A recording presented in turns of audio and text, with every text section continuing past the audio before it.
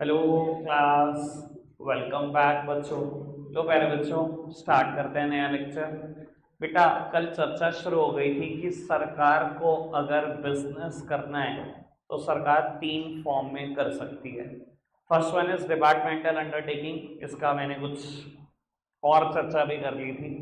बाकी अभी आज तो मेरे को रीड भी कराना है आपसे, और बेटा स्टैच्यूरी कॉरपोरेशन और गवर्नमेंट कंपनी के बारे में भी बताया। तो बेटा, अगर सरकार को धंधा करना है, प्राइवेट सेक्टर को धंधा करना होता है, 5 तरीकों से करता है। पूरा चैप्टर 2 पढ़ा है। सरकार को धंधा करना है 3 तरीकों से करती है, आज खत्म करना है। ठीक है जी, जो रह जाएगा अगर, तो बाबू 10 एक मिनट का टॉपिक रह जाएगा। ठीक है जी। कल से बैच सुबह है, मैंने ग्रुप में इन्फो डाल दी है। 8:30 बजे से आपके बैच शुरू हो जाएंगे। पहले 8:30 से 9:30 आपका अकाउंट्स का बैच है, फिर 9:30 से 10:15 तक बीएसटी, फिर 10:15 से 11 बजे तक आपका इको का बैच है। जो बीएसटी को पढ़ते हैं उनको बेटा 9:30 बजे पहुंचना है, 9:25 तक पहुंचा है। बाबू, मैं बात कर रहा था डिपार्टमेंटल अंडरटेकिंग की। पहले मैं उतना रिवाइज कर दूं जितना मैंने कल बोला, और फिर मैं बेटा रीड करवाना शुरू करता हूँ नोट से चर्चा को। बेटा, हमारी कोई भी गवर्नमेंट हो, इधर सेंट्रल गवर्नमेंट और state government, it is divided into various ministries. मैंने कल भी चर्चा को ऐसे ही शुरू किया था। लॉ मिनिस्ट्री की बात करो, फाइनेंस मिनिस्ट्री की बात करो, टेलीकॉम मिनिस्ट्री की बात करो, डिफेंस मिनिस्ट्री की बात करो, रेलवे मिनिस्ट्री की बात करो। सर, हमारी कोई भी गवर्नमेंट है, चाहे सेंट्रल गवर्नमेंट चाहे स्टेट गवर्नमेंट, पहले मिनिस्ट्रीज में ही बटी होती हैं। और बाबू, हर मिनिस्ट्री को लीड करने के लिए एक स्पेसिफिक मिनिस्टर भी होता है। जैसे कि बेटा, लॉ मिनिस्ट्री को लीड करने के लिए लॉ मिनिस्टर है, डिफेंस मिनिस्ट्री को लीड करने के लिए डिफेंस मिनिस्टर है, एजुकेशन मिनिस्ट्री को लीड करने के लिए एजुकेशन मिनिस्टर है देश के पास, रेलवे मिनिस्ट्री को लीड करने के लिए रेलवे मिनिस्टर है, फाइनेंस मिनिस्ट्री को लीड करने के लिए फाइनेंस मिनिस्टर है। ये कैबिनेट मंत्री हैं हमारे सारे। ठीक है ना जी। बाबू, ministries are further extended into various departments. बाबू, central government is divided into various ministries and ministries are further extended into various departments। बेटा, मिनिस्ट्रीज भी फर्दर डिपार्टमेंट में बटी होती है। जैसे कि कल मैं बात कर रहा था रेलवे मिनिस्ट्री की बात करूं, तो बेटा रेलवे मिनिस्ट्री में एक डिपार्टमेंट है, department of railway. Babu, railway का सारा कामकाज मैनेज करने वाला यही डिपार्टमेंट है। बाबू, क्या सरकार रेलवे के थ्रू कमा नहीं रही? भैया, बहुत ठीक ठाक पैसे कमा रहे हैं। अगर मैं सिर्फ फ्रेट की बात करूं तो बहुत बढ़िया पैसा सरकार कमा रही है फ्रेट से। मालगाड़ियों से सरकार को बहुत अच्छी खासी कमाई है। अब बाबू, ये कमाई जाती किसके पास है? बाबू, हिसाब किताब ये रखता है डिपार्टमेंट ऑफ रेलवे। अल्टीमेटली ये पैसा आपको ट्रेजरी ऑफ गवर्नमेंट में जमा कराना होता है। याद आ रही है कल बात? बाबू, हर डिस्ट्रिक्ट में सरकार की एक ट्रेजरी होती है। बाबू, ट्रेजरी का हिंदी मतलब होता है खजाना। सरकार के खजाने में जमा कराना होता है आपको पैसा। ये आपका पैसा नहीं है, ये गवर्नमेंट का ही पैसा है। और बेटा, चाहे कोई डिपार्टमेंट है, क्योंकि इसका ये डिपार्टमेंट है, इसमें नाम पड़ा था डिपार्टमेंटल अंडरटेकिंग। बाबू, जो भी डिपार्टमेंटल अंडरटेकिंग पैसा कमा रहा है, बाबू you are the part of government only. आपकी कोई एंटिटी सरकार से सेपरेट नहीं है। सेंट्रल गवर्नमेंट बोल लो या departmental undertaking, it is one and the same thing. Central government कोई मिनिस्ट्री में बांटा क्या, मिनिस्ट्री कोई फर्दर डिपार्टमेंट में बांटा क्या? आप और सरकार एक जैसी बात हो। ठीक है ना, कल भी मैंने बात करी थी। बाबू, ऐसे ही हमारे पास एक टेलीकॉम मिनिस्ट्री है, जिसमें बेटा एक डिपार्टमेंट है DOT, department of telecommunication. Babu, department of telecommunication भी देश से बहुत ठीक ठाक पैसे कमाता है, बहुत ठीक ठाक। जैसे कि अगर मैं बात करूं जियो की, एयरटेल की, वी की, बेटा जब भी ये टेलीकम्युनिकेशन का लाइसेंस अप्लाई करते हैं, कई हजार करोड़ रुपए सरकार को पे करते हैं एवरी ईयर। ठीक है ना, और सरकार से मतलब मेरा किसी और से नहीं, डीओटी से। डीओटी को पैसे मिलते हैं ये कई हजार करोड़। इसके अलावा जितनी भी आप कंपनी देखते हो जो आईएसपी हैं, आईएसपी मतलब इंटरनेट सर्विस प्रोवाइडर, चाहे आप किसी डिस्ट्रिक्ट में इंटरनेट की सर्विस दे रहे हो, चाहे स्टेट लेवल पे दे रहे हो, चाहे सेंट्रल लेवल पे, कई हजार करोड़ रुपए के आपके लाइसेंस हैं। तो बाबू, सरकार बहुत ठीक ठाक पैसा कमाती है टेलीकम्युनिकेशन सर्विसेज से भी। इसके अलावा सरकार के भी प्रोजेक्ट हैं बेटा, बीएसएनएल और एमटीएनएल। वहां से भी सरकार कमाती है बेटा। तो ये सारा का सारा रेवेन्यू जो टेलीकम्युनिकेशन का मैंने एग्जांपल दिया, सब डीओटी इकट्ठा करता है और अल्टीमेटली डीओटी जमा कराता है गवर्नमेंट की ट्रेजरी में। समझ में आ रही है बात? कोई दिक्कत, कोई परेशानी तो नहीं? सेम एग्जांपल मैंने डिफेंस मिनिस्ट्री का भी दिया था, जिसमें एक डिपार्टमेंट है, डिपार्टमेंट ऑफ डिफेंस। बाबू हमारा देश डिफेंस से भी बहुत ठीक ठाक पैसे कमा रहा है। हम छोटे देशों को बेटा फाइटर जेट और तगड़े तगड़े आर्म्स सब एक्सपोर्ट कर रहे हैं। इंडिया बेटा अर्लियर बहुत सारे देशों से चीजें इंपोर्ट किया करता था। अब वो डिफेंस में हम बहुत आगे निकल चुके हैं, बहुत आगे, ठीक है ना। आज भी बेटा ऐसा नहीं है कि हम इंपोर्ट नहीं करते, जर्मनी रशिया से हमारा इंपोर्ट रेगुलर चलता रहता है। लेकिन बेटा इंडिया में बहुत सारी ऐसी कंपनियां हैं जो आज की तारीख में इन हाउस प्रोडक्शन कर रही हैं फाइटर जेट का, अलग अलग डिफेंस इक्विपमेंट का। कंपनी के अगर नाम अगर आप शेयर मार्केट में तो आपको पक्का से पता होगा, एक कंपनी है, मैंने भी कुछ दिन पहले भी नाम लिया था, HAL, Hindustan aeronautics limited, BEL एक कंपनी है। बहुत तगड़ी कंपनी आ चुकी है इस टाइम इंडिया में, ठीक है ना। हमारे छोटे देश पड़ोसी देश बहुत सारे हैं, भूटान, नेपाल, श्रीलंका, बाबू ऐसे देशों को हम एक्सपोर्ट करके ठीक ठाक अमाउंट कमा रहे हैं। तो बाबू ये जितने भी डिपार्टमेंटल अंडरटेकिंग पैसा कमा रहे हैं, ये सारा का सारा सरकार के खजाने में जमा होता है।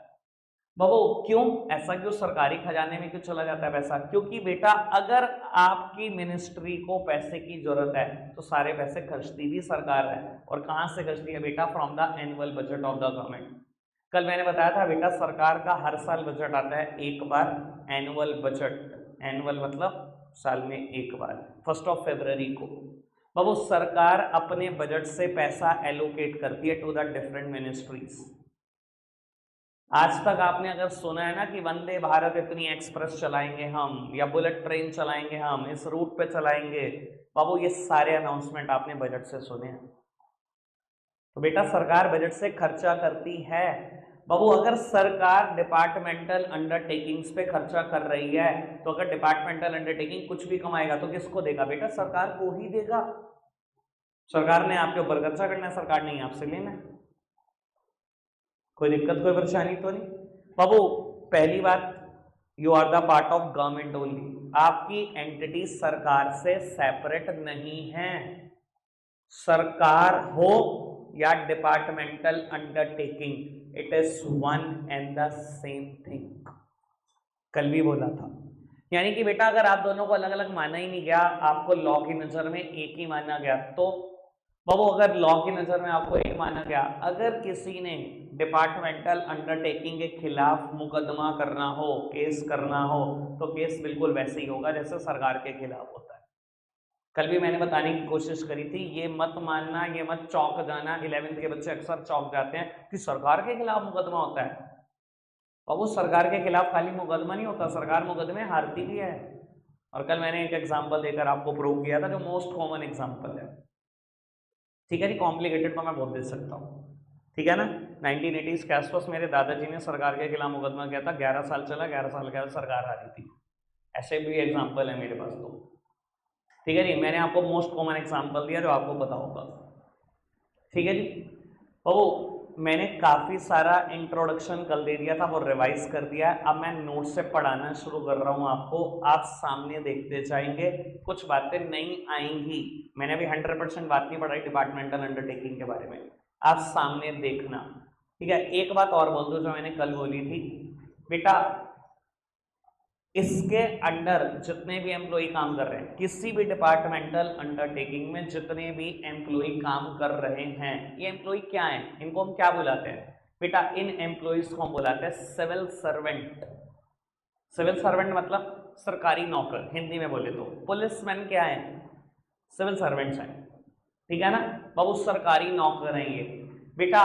अगर आपकी रिक्रूटमेंट के बारे में जानना हो किसी ने, या आपकी सैलरी कंपनसेशन के बारे में जानना हो किसी ने, तो इंडिया में आपको सिविल सर्वेंट रूल्स पढ़ने पड़ेंगे बेटा। इंडिया में ना सिविल सर्वेंट के ऊपर अलग रूल्स चलते हैं जो हमारी पार्लियामेंट ने बनाए हुए हैं। कभी भी आपको सिविल सर्वेंट लगना हो, किसी भी डिपार्टमेंट में लगना हो, आपको पता करना हो कि उसके लिए क्या एजुकेशनल क्वालिफिकेशन चाहिए, कौन सा पेपर क्लियर करना पड़ेगा, तो आपको सिविल सर्वेंट रूल्स ही पढ़ने पड़ते हैं। और किस ग्रेड पे आपकी क्या सैलरी रहेगी, इसके लिए भी आपको सिविल सर्वेंट रूल्स पढ़ने होते हैं। सिविल सर्वेंट रूल में ही सब कुछ लिखा होता है सरकारी नौकरों के बारे में। समझ में आ रही है बात? अब आओ मैं पढ़ाना शुरू करता हूँ नोट से, सब सामने देखेंगे। पहले आप इंट्रोडक्शन पढ़ो फटाफट से डिपार्टमेंटल अंडरटेकिंग का, जल्दी से। जो नोट्स नहीं लाए बेटा सामने पढ़ लो और एग्जाम्पल पढ़ो स्पीड बढ़ाकर।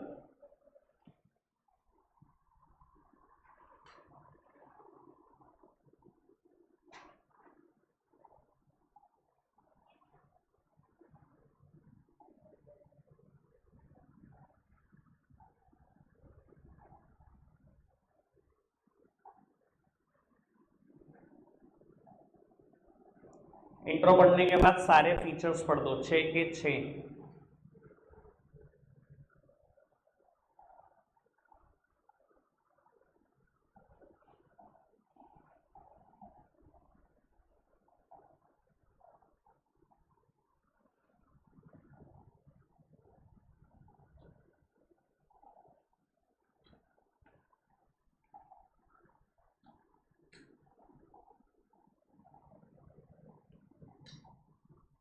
छः के 6 फीचर।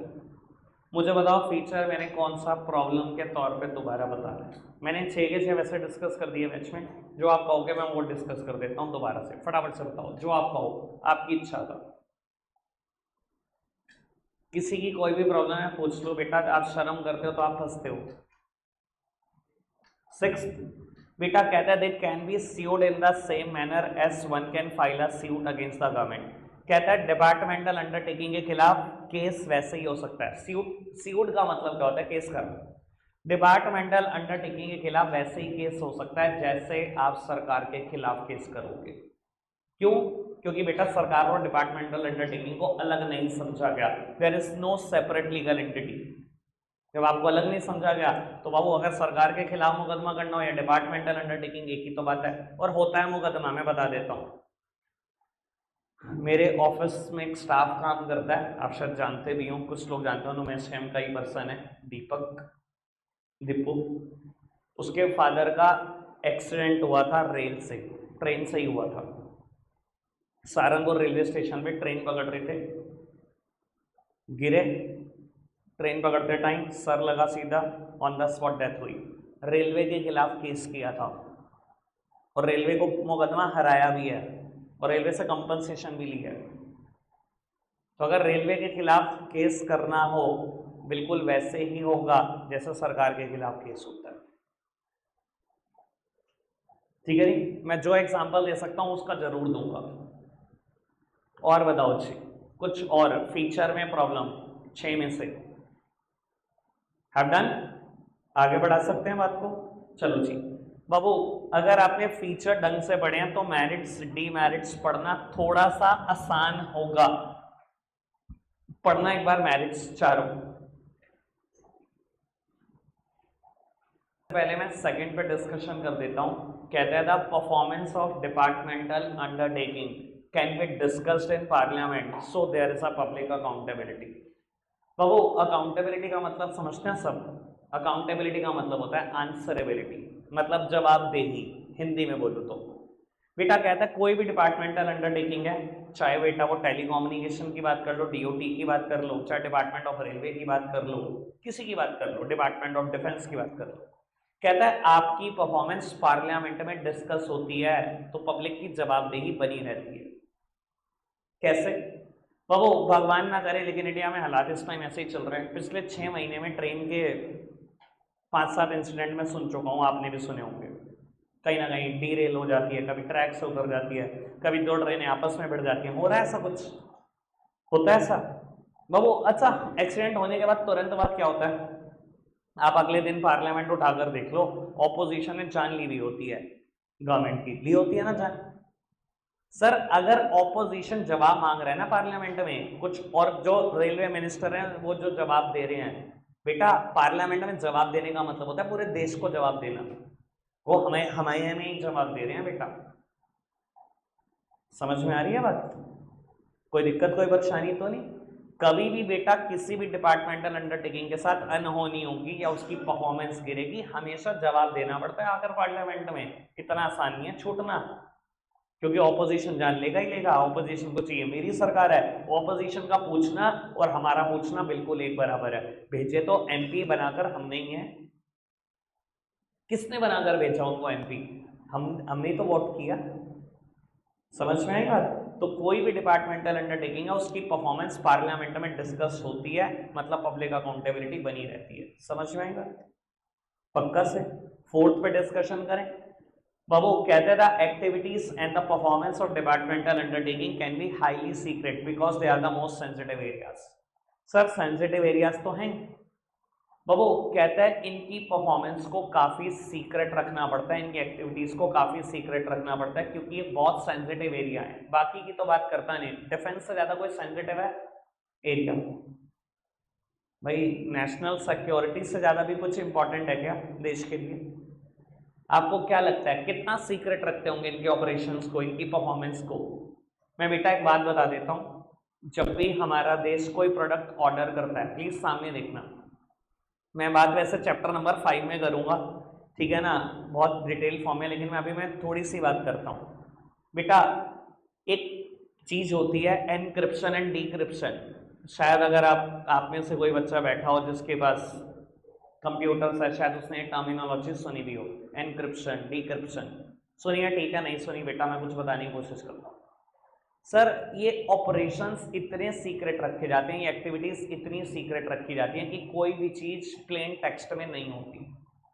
मान लो मैं अगर समझाने की कोशिश करूं कि आज इंडिया की डिफेंस मिनिस्ट्री ऑर्डर प्लेस कर रही है फ्रांस को कुछ, और कुछ हम प्रोडक्ट इंपोर्ट करेंगे ओवर 6 मंथ, ठीक है, एक बहुत बड़ा ऑर्डर जा रहा है, तो आपको क्या लगता है कि ऑर्डर ऐसे जाता होगा 6 फाइटर जेट, 3 ये प्रोडक्ट, 4 ये प्रोडक्ट, इतनी प्लेन मेल जाती होगी? सर मेल ऐसे जाती है कि कोई हैकर अगर क्रैक भी कर ले, अगर किसी हैकर के पास भी पहुंच जाए, उसे समझ ही ना आए मेल में लिखा क्या। मैं छोटे से लेवल की एनक्रिप्शन बताता हूँ, मुझे छोटे लेवल की आती है, ठीक है ना, बड़े लेवल की तो बहुत खतरनाक होती होगी, ठीक है ना। मैं एक बार की बात बताता हूँ आपको। मेरे ना पार्टनर के घर पे प्रिंटर होता था, वो ट्यूशन पढ़ाता था एक टाइम पर, आप नोट्स में नाम लिखा हुआ भी देखते हो, ठीक है ना। मुझे एक टेस्ट देना था बच्चे को और प्रिंट निकलवाना था अपने पार्टनर के घर से। बच्चे आ गए 3 बजे मेरे पास टेस्ट देने, मेरे पास प्रिंटर था नहीं, मैं प्रिंट नहीं निकाल पाया टेस्ट पेपर। और उस दिन बाय चांस ऐसा था सहारनपुर का इंटरनेट भी बंद था, कुछ हुआ था इंसिडेंट। तो मैंने क्या करा, मैंने पेन ड्राइव में, मैंने दोस्त से डिस्कस किया, मैंने यार कैसे करूँ? कहते पेन ड्राइव में दे दे टेस्ट, मेरे घर ही भेज दे, मैं प्रिंट आउट निकलवा लूँगा, यहीं टेस्ट ले लूँगा। मैंने कहा चल ठीक है ऐसा कर देता हूँ। फिर मेरे दिमाग में आया कि अगर इसने रास्ते में मतलब पेन ड्राइव मुझसे ली, कहीं चला गया साइबर कैफे वगैरह, टेस्ट देख लिया, तो गड़बड़ तो कर ही सकता है। तो मेरे को दोस्त ने बोला, मेरे पार्टनर ने बोला कि तू क्या कर, इसको ना एनक्रिप्ट कर दे। मान लो बेटा मैंने पहला क्वेश्चन देना था व्हाट इज मैक्रो इकोनॉमिक्स, मुझे पता था मैं छोटा सा भी एनक्रिप्शन लगा दूंगा तो पढ़ नहीं पाएगा बेटा।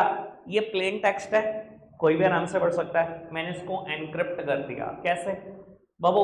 हमने क्या किया, हर वर्ड को रिप्लेस कर दिया, उसके एक वर्ड छोड़कर जो वर्ड आता है, ए को रिप्लेस कर दिया विद सी, बी को रिप्लेस कर दिया विद डी, ऐसे रिप्लेसमेंट कर दी। ये छोटे से लेवल के एनक्रिप्शन है बाबू। W is converted into, H is converted into, A is converted into, पढ़ लो क्या पढ़ोगे, धनिया नहीं समझ में आएगा। मैंने एनक्रिप्शन लगाई, ठीक है जी, अब मैंने कहा जो मर्जी कर ले, ठीक है जी। वो पार्टनर के अगर पूछा, मैंने पार्टनर को बता दिया ये कोड है तो डिक्रिप्ट कर ले, उसने यही चीज करे, डिक्रिप्ट करा, again it is converted into plain text. समझ में आ रही है बात? कितने सेंसिटिव एरिया होते होंगे। तो बाबू अगर इतना सेंसिटिव एरिया है डिफेंस, तो सर वो तो मेरे से तो मैं तो मेरे तो कुछ भी एनक्रिप्शन नहीं आता, उनको तो बहुत बड़े लेवल का आता होगा। इसके अलावा आपको बता देता हूँ बेटा, किसी भी मिलिट्री बेस में एंट्री इतनी आसान नहीं होती। सुना है आपने मिलिट्री बेस के एंट्रीज के बारे में?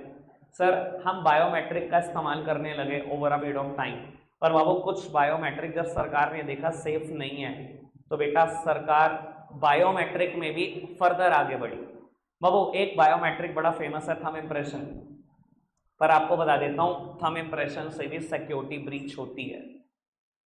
मतलब पास्ट में ऐसे इंसिडेंट आए हैं, अलग अलग देशों में आए हैं, इंडिया में भी आए हैं, कि आपका थंब इम्प्रेशन था, गेट खुल गया, अंदर बहुत सारे इंडियन आर्मी के इक्विपमेंट पड़े थे, ठीक है ना sir.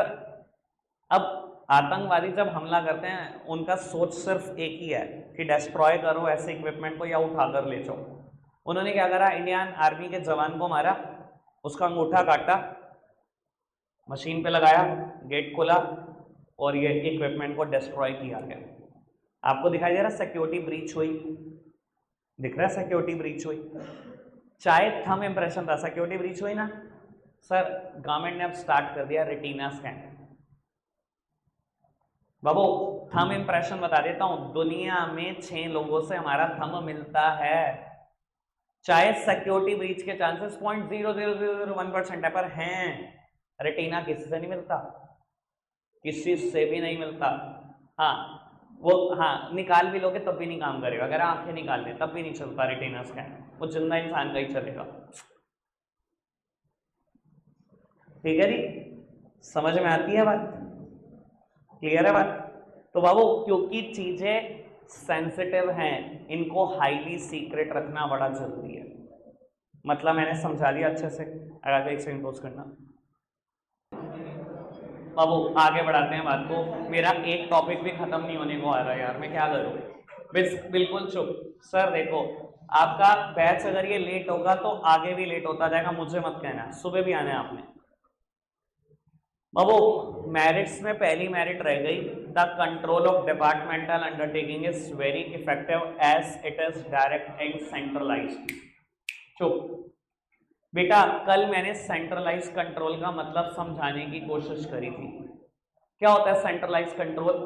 Decision making power in one hand only, और decision making power in few hands only, और decision making power in the hands of top level only. इन तीनों ही बातों से हम सेंट्रलाइज कंट्रोल को डिफाइन करते हैं। डोमिनोज का एग्जांपल दिया था हेडक्वार्टर वाला, याद है बाबू? कहते हैं डिपार्टमेंटल अंडरटेकिंग में भी सेंट्रलाइज्ड कंट्रोल है, डायरेक्ट कंट्रोल है। इस कंट्रोल को आप इफेक्टिव कंट्रोल बोल सकते हो।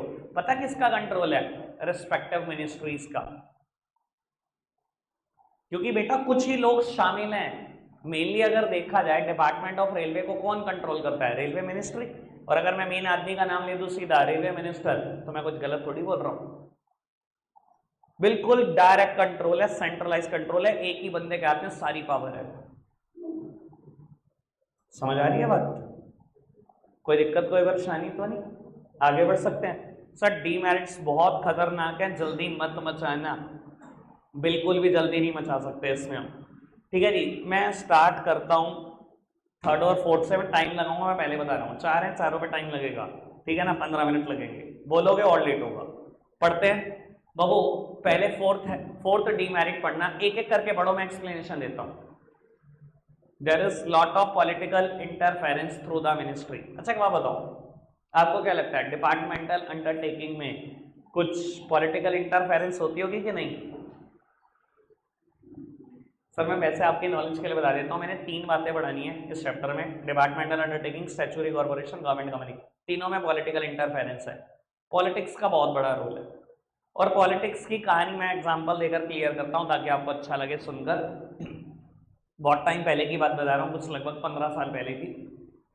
15 साल पहले ना, वैसे तो आपने देखा होगा अगर कोई कैबिनेट मिनिस्टर है तो बेटा अगर ट्रैवल करना है तो एयर रूट है उनका, तो उनको तो और कोई रूट समझ नहीं आता, जल्दी जल्दी पहुंचने देंगे। पर बाबू स्टंट मारने के लिए, पब्लिसिटी गेन करने के लिए एक आधी बार रेलवे से भी ट्रैवल कर लेते हैं। तो हमारे रेलवे मिनिस्टर साहब जो उस टाइम पर थे, मैं किसी का कोई नाम नहीं ले रहा, बस आपको सीधा आप एग्जाम्पल पे ध्यान दो। रेलवे मिनिस्टर साहब को ना अमृतसर जाना था दिल्ली से वाया सहारनपुर, ठीक है जी। और कुछ होते हैं लोकल नेता जिनको नाम बनाना होता है, तो सहारनपुर गाड़ी ने रुकना था 15 मिनट, ठीक है ना। कईयों को फोटो खिंचवानी होती है कि हमारा नाम बना रहे, हम गए थे मिलने और ये वो। तो गए थे कुछ लोग, ठीक है ना। उस टाइम पर ना बेटा न्यूज़ बड़ी पॉपुलर हुई। वो न्यूज़ ये थी कि रेलवे मिनिस्टर के लिए स्पेशली 72 सीट का कोच, एसी कोच लगकर आया जिसमें रेलवे मिनिस्टर अकेले बैठ के आए अपने 2 सिक्योरिटी गार्ड के साथ। मुझे इससे बेस्ट एग्जांपल समझ नहीं आता पॉलिटिकल इंटरफेरेंस का। समझ सकते हो ना आप? इससे ज्यादा क्या बताऊं पॉलिटिक्स। आम आदमी के लिए तो तुम्हारे पास फैसिलिटी नहीं है, ठीक है ना, और दूसरों को तुम ऐसी ऐसी फैसिलिटी दे रहे हो, ठीक है ना। पूरा कोच एक अकेला आदमी बैठता है, समझ सकते हो आप? ठीक है, रुक गई बात। बाबू थर्ड वन पढ़ना। Red tapism bureaucracy refers to delay in decision making due to too many formalities, paper work and procedures. Sir red tapism मतलब यही होता है, lots and lots of paper work, lots and lots of formalities. पढ़ा है ना आपने? ये term पढ़ी है, कभी सुना है? नहीं सुना किसी ने? बेटा रेड टैपिज्म का मतलब क्या होता है? बहुत सारा पेपर वर्क, बहुत सारी फॉर्मेलिटी। बेटा जिसने डीमोनेटाइजेशन के टाइम पर पहली बार अकाउंट खुलवाया हो, वो भी स्टेट बैंक ऑफ इंडिया में, उसे समझ में आ गया होगा रेड टैपिज्म किसको कहते हैं। स्टेट बैंक ऑफ इंडिया वाले तो एक ही काम करते हैं जी, वहां चले जाओ काउंटर नंबर 2 पे, 2 पे रहोगे तो 4 पे चले जाओ, 4 कहता है 6 पे चले जाओ, घूमते रहो सारा दिन। स्टेट बैंक ऑफ इंडिया में अकाउंट नहीं खुलता, और डीमोनेटाइजेशन में इतनी भीड़ थी, अगर उसने किसी ने अकाउंट खुलवा लिया होगा, उसे सच में समझ में आ गया होगा रेड टैपिज्म क्या है। मैं एक एग्जांपल देकर प्रूव करता हूँ बहुत अच्छे से। अगेन मेरे पास इसको समझाने के लिए एक बहुत तगड़ा एग्जांपल है, कभी नहीं सुना होगा, बहुत तगड़ी बात बताऊंगा। मैंने एक ऑफिस में 3 साल इंटर्नशिप किया हूँ, सीए हूँ भाई, तो सीए बनने के लिए 3 साल तक काम सीखना पड़ता है किसी सीए के अंडर। तो जहाँ मैं काम करता था वहाँ पर ना बैंक से रिटायर्ड एक पर्सन थे, 60 साल के बाद भी उनके अंदर था जील थी कि मैं कुछ काम करूँ। तो मेरे सीए के पास पेड एम्प्लॉय थे, वहाँ पर काम करते थे, ठीक है बाबू। उन्होंने मेरे साथ एक इंसिडेंट शेयर करा, मतलब मैं पिछले 5-7 सालों से वही एग्जांपल देता हूँ इस जगह पर, जो इंसिडेंट है मुझे लगता है नॉलेज कभी खराब नहीं जाती। तो बाबू उन्होंने इंसिडेंट शेयर करा कि एक टाइम पर ना उनकी पोस्टिंग ना देवबंद हो गई, ठीक है ना, बैंक से ट्रांसफर ऑर्डर आ गए, पहले सहारनपुर थे तो देवबंद उनको जाना पड़ा। कहता है हमारे सामने ना एक परेशानी आ रही थी कि सुबह तो ट्रेन थी, नहीं पोस्टिंग हुई थी मुजफ्फरनगर, कहते सुबह तो डायरेक्ट ट्रेन थी, हम जाते थे मुजफ्फरनगर पहुंचते थे, शाम को एक दिक्कत थी, जो ट्रेन आने की थी बैंक टाइम के बाद वो देवबंद तक आती थी, देवबंद से हम उतर के बस पकड़ते थे और आते थे।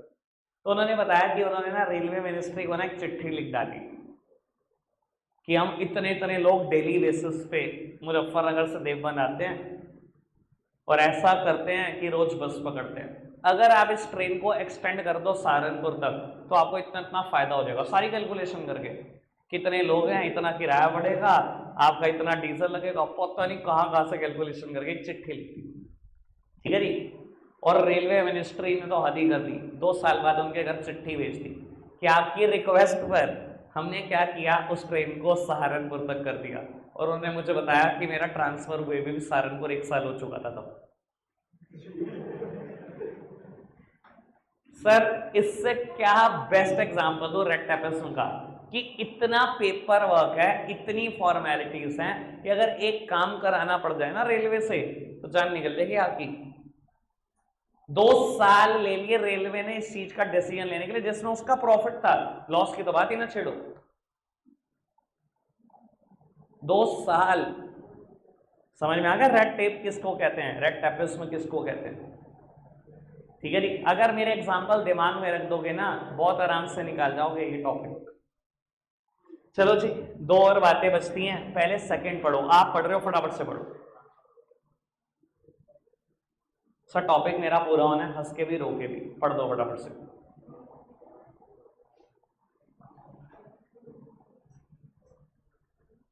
चलो बाबू, जितने भी डिपार्टमेंटल अंडरटेकिंग में लोग काम कर रहे हैं किसी भी टाइम पर ट्रांसफर कर देती है सरकार, किसी भी टाइम पर।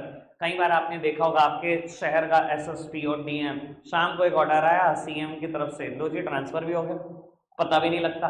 तो जितना मर्जी बड़ा सरकारी नौकर हो, ट्रांसफर में लगने में बेटा 1 ही मिनट लगाता है सरकार, मानते हो इस चीज को? बेटा अगर इतनी जल्दी ट्रांसफर होता है तो बेटा इनके अंदर ना sense of responsibility, sense of accountability ना थोड़ी कम होती है, सेंस ऑफ बिलोंगिंगनेस नहीं है ना कि मैं इस जगह को बिलोंग करता हूँ या मैंने 1 साल 2 साल यहाँ ड्यूटी दी है। तो अब इसकी वजह से ना ये बहुत गड़बड़े भी करके चले जाते हैं। अगर भी पोस्ट करना जो वो क्लास बंद करने के बाद एग्जाम्पल होते हैं ना, उनसे बेस्ट कुछ नहीं होता। डीमेरिट्स पढ़ना, ऐसा ऐसा यूट्यूब के बच्चे भी कमेंट कर देते हैं भैया ये वाली बात बता दो, क्या बताई थी आपने इस जगह पे। मैंने कहा वो मुझे भी नहीं पता मैंने क्या बताई थी। वो डीमेरिट का फर्स्ट पॉइंट पढ़ना, अब शायद मुझे कुछ बोलना ना पड़े।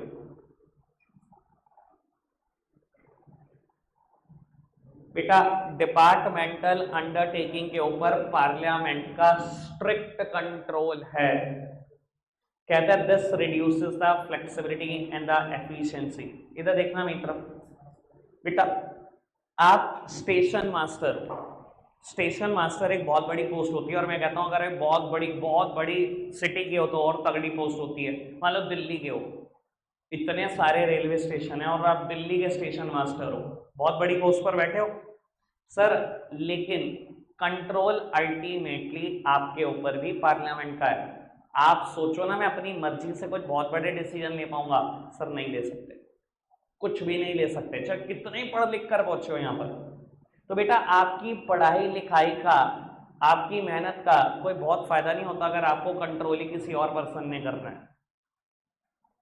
जब आपको एक छोटा सा डिसीजन लेने के लिए भी उसके ऊपर ताकना पड़ता है। सर बताओ, अगर आपको अपने रेलवे स्टेशन पे 50,000 रुपए खर्च करने हैं ना, तो बेटा पूछना पड़ता है पहले, ऊपर अप्रूवल लेनी पड़ती है 50,000 रुपए के लिए भी, चाहे कितने बड़े स्टेशन के स्टेशन मास्टर हो, चाहे आपका स्टेशन करोड़ों रुपए कमा के देता है हर साल, तब भी नहीं खर्च कर सकते। तो बेटा आपकी वर्किंग में आपके ऊपर कोई फ्लेक्सिबिलिटी नहीं है कि मैं अपनी मर्जी से कुछ भी कर सकता हूं, आपको ऊपर से अप्रूवल लेनी ही पड़ती है। समझ में आती है बात? रखते हैं आज के लिए इतना ही है प्यारे बच्चों, बाय बाय।